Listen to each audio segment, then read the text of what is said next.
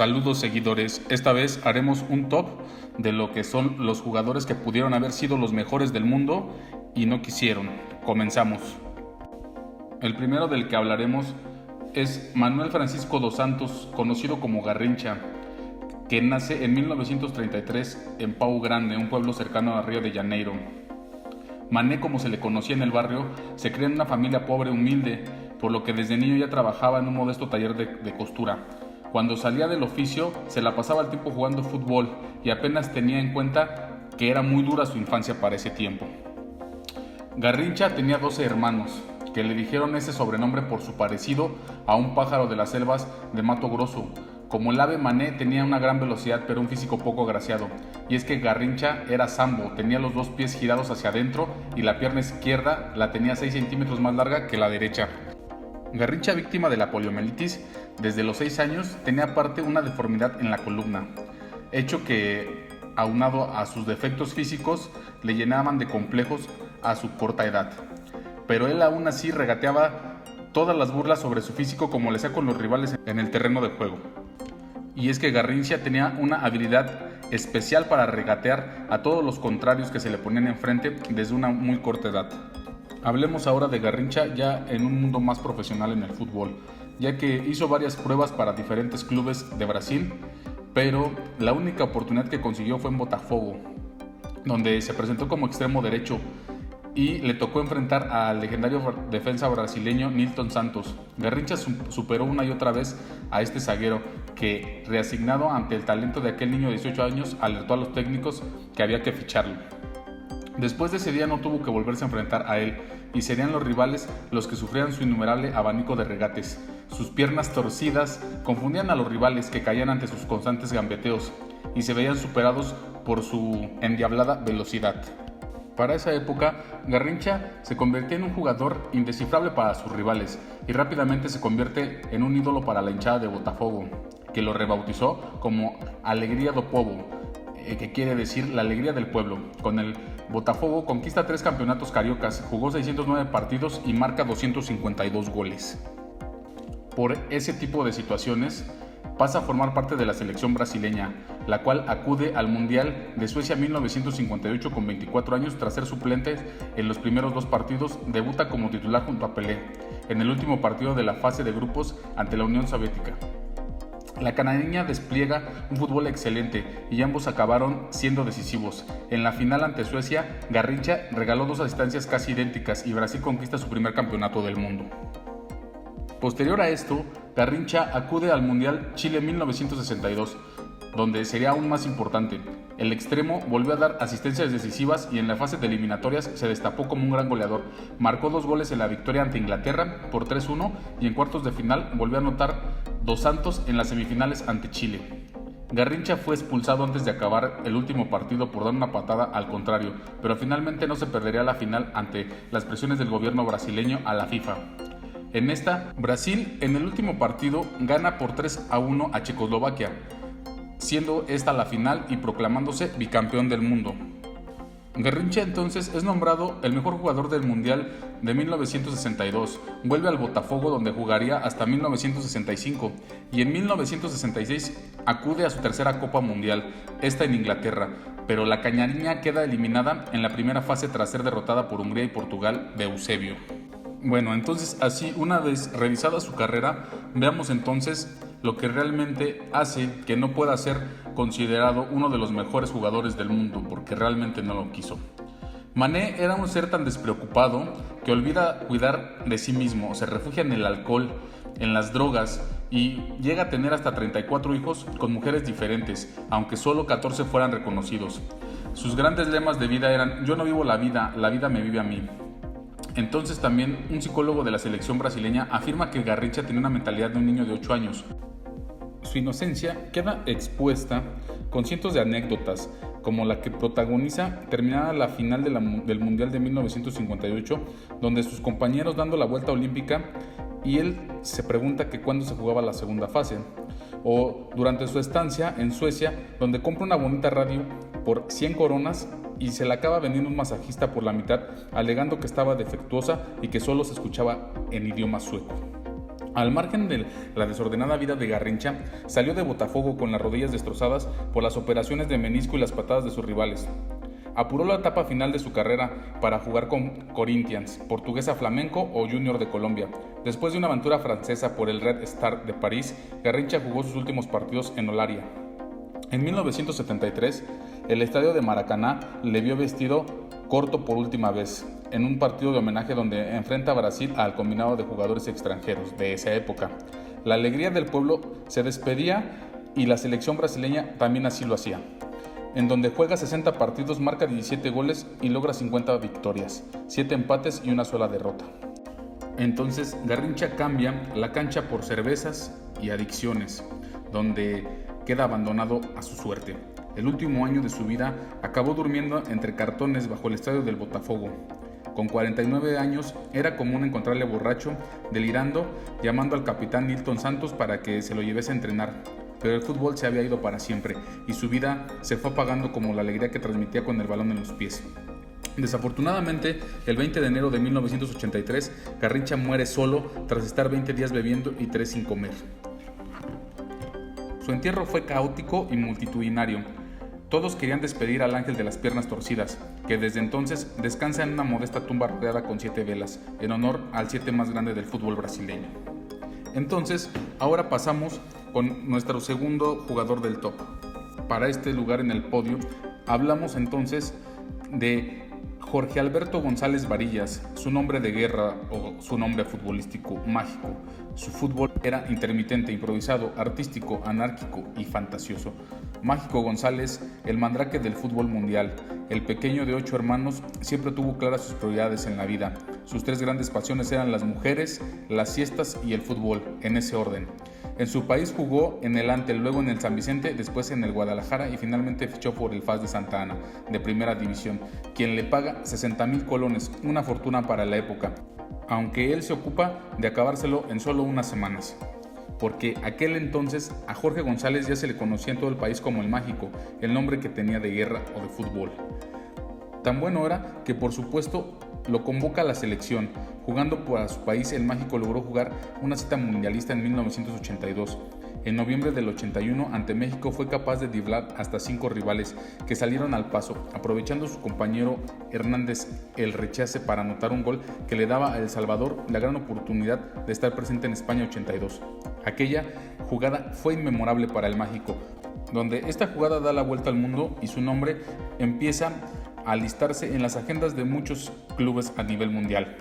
Entonces, como estrategia, su club le triplica el sueldo, sabiendo que no se lo iba a acabar en una sola semana, pero ante la inminente magia de este jugador, quiso ficharlo el Aurora, el Alajuelense de Costa Rica, el Universitario de Perú y los Pumas de la UNAM de México. Pero la tentativa más seria llegó de Francia de la mano del PSG. Los franceses estaban enamorados de la calidad del Mágico y querían conseguir su fichaje a toda costa, tirando la casa por la ventana. Los emisarios galos enviaron un fax a El Salvador anunciando su llegada. Pidieron permiso al club salvadoreño para que entablaran negociaciones y se las plantaron en un hotel céntrico de la capital de El Salvador. Los directivos esperaron con paciencia la llegada de aquel genio que, según decían, sería la gran estrella del fútbol mundial. Esperaron media hora, 1 hora, 2 horas, 3 horas y hasta 4. Ante la falta de puntualidad del Mágico, que nunca llegó a la cita del PSG, decidieron desistir de su fichaje e hicieron sus maletas para volver a París. El propio Mágico recuerda con exactitud lo que pasó ese día y por qué motivo no se presenta al hotel donde pactaron la cita. Creo que estaba durmiendo una siesta, confiesa a un familiar suyo. Pudo haber jugado en el PSG, pero simplemente no quiso, así era el Mágico de irreverente. Su aventura mundialista con El Salvador fue otra historia en España 82. Los salvadoreños fueron el perfecto rival para Argentina, Hungría y Bélgica en la fase de grupos. Perdieron los 3 partidos e incluso fueron humillados ante Hungría recibiendo un 10-1, que provocó el sonrojo de todo el mundo, pero el Mágico era la excepción.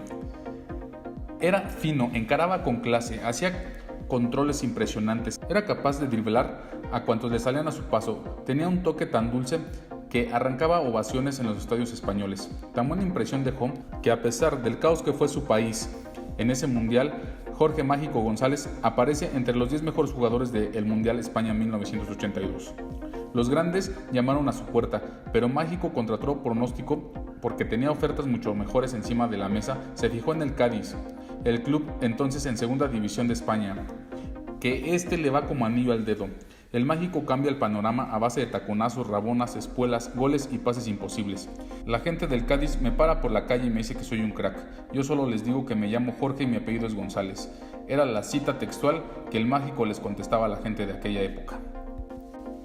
Llega como fichaje estrella entre 1982 y 83, donde asciende a la primera división. Anotó 15 goles en 33 partidos y dejó un puñado de jugadas que consiguieron que su nombre traspasara fronteras en todo el mundo. Al año siguiente, mientras el Cádiz se desangraba en la parte baja de la tabla, consiguiendo solo 6 victorias de 34, el mágico seguía en lo suyo, marcaba 14 goles, se ponía a los pies del mundo y llenaba domingo tras domingo el estadio del Cádiz. Era el héroe de la tacita de plata, así lo conocían. Después tiene anécdotas innumerables, como que era amigo íntimo de Diego Armando Maradona y alternaba actuaciones espectaculares con resacas interminables. Le gustaba en demasía el alcohol. Mágico jugaba de noche y también de día. Igual regalaba un gol de córner directo que se pasaba 2 días en parrandas. Noches anteriores podía beberse todo lo que podía de las cantinas. Después sus compañeros le daban duchas frías. Al día siguiente saltaba al campo y marcaba 3 goles, como si no hubiese pasado nada la noche anterior. Era un espíritu libre, artista de lo imposible y enemigo de lo posible. Su mito le precedía. Mi obsesión siempre fue pasarlo bien. Quise ser feliz sin pisotear a nadie. Y nunca pisoteó a nadie.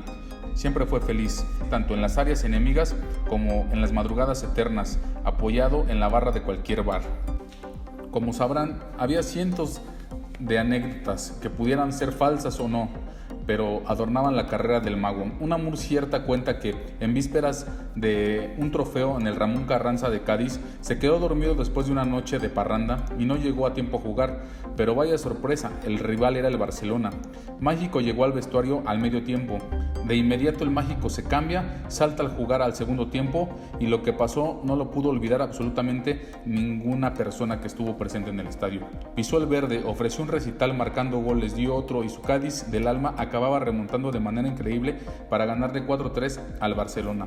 De locos, exhibiciones como esa lograron que el Barça se planteara su fichaje, a pesar de que Mágico González era tan anárquico como indomable. Por razones como la anterior, el Barça lo incluye en su gira por Estados Unidos del 84, junto a Diego Armando Maradona, pero el crack del Salvador no llegó a fichar jamás por la entidad del Barça.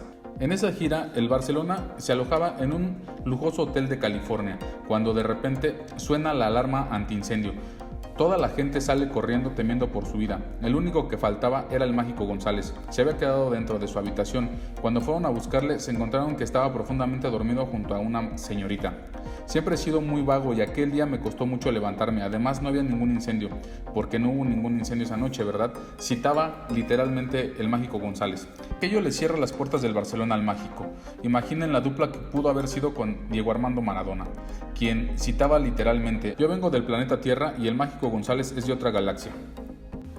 Por último, en su corta carrera por Europa, al Mágico González le ofrecen un contrato fabuloso por 50 millones de pesetas al año, pero la oferta tenía una cláusula donde el Mágico debería de pagar $500,000 de pesetas por cada acto de indisciplina que cometiera. Por lo que contesta: presidente, si firmo esto voy a acabar la temporada con el Cádiz debiendo mucho dinero.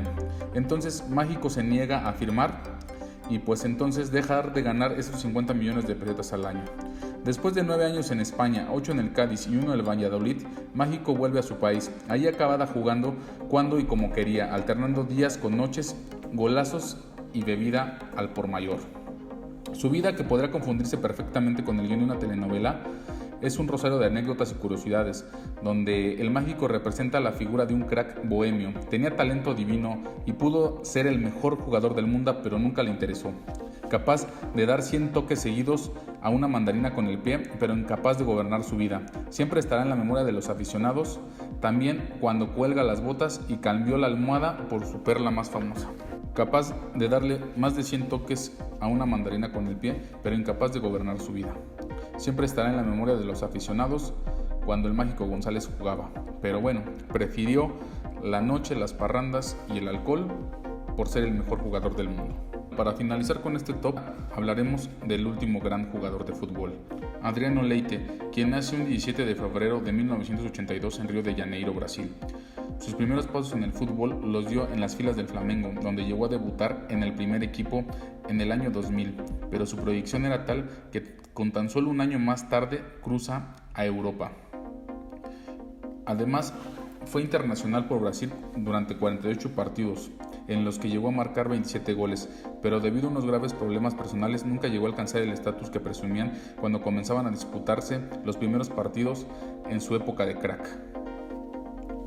En el 2004 y 2005 tuvo un problema previo, mientras que en la Copa América logró hacerse de un galardón del máximo goleador y el mejor jugador del torneo. Un año más tarde repitió los mismos honores, pero en esta vez la Copa Confederaciones. La vida de Adriano dio un gran cambio con la muerte de su padre. Le vieron llorar y comenzar a gritar que no era posible. Desde esa llamada no volvió a ser el mismo. No le sacamos de la depresión, reveló Zanetti en una entrevista que dio a la televisión. Problemas de disciplina y sobre todo con el alcohol. El delantero nunca volvió a ser el mismo.